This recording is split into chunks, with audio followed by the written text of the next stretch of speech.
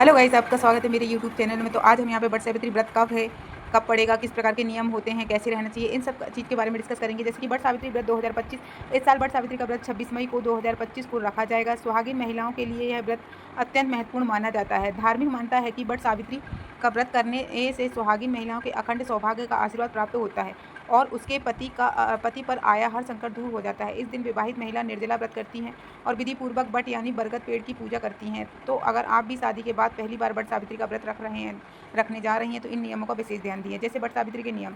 But Savitri के व्रत के दिन नीला, काला, ग्रे या सफ़ेद रंग की साड़ी भूल कर भी ना पहने। ये रंग शुभ नहीं माना जाता है। इन तीनों रंग के कपड़े को हो या श्रृंगार का सामान का भी बिल्कुल इस्तेमाल ना करें। बट सावित्री के दिन सुहागन का शुभ रंग लाल, गुलाबी और पीले रंग ही पहने। बट सावित्री के दिन 16 श्रृंगार करें।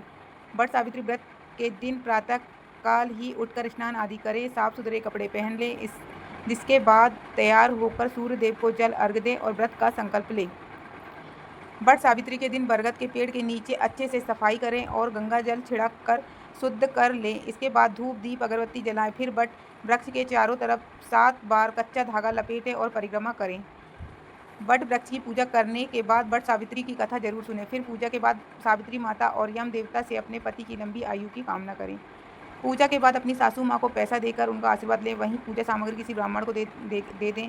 ब्राह्मण का पारण व्रत खोलना अगले दिन यानी सूर्योदय के बाद ही करें।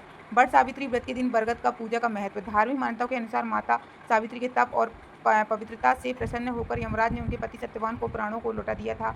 इतना ही नहीं, उन्हें 100 पुत्रों का आशीर्वाद भी दिया था। तब से बट सावित्री का व्रत और बट वृक्ष की पूजा की परंपरा शुरुआत हुई है। बट सावित्री व्रत के दिन बरगद पेड़ की पूजा करने से यमराज देवता के साथ त्रिदेव की भी कृपा होती है। यदि आपको मेरे द्वारा दी गई हुई जानकारी अच्छी लगे तो प्लीज़ लाइक एंड सब्सक्राइब करें। Thank you.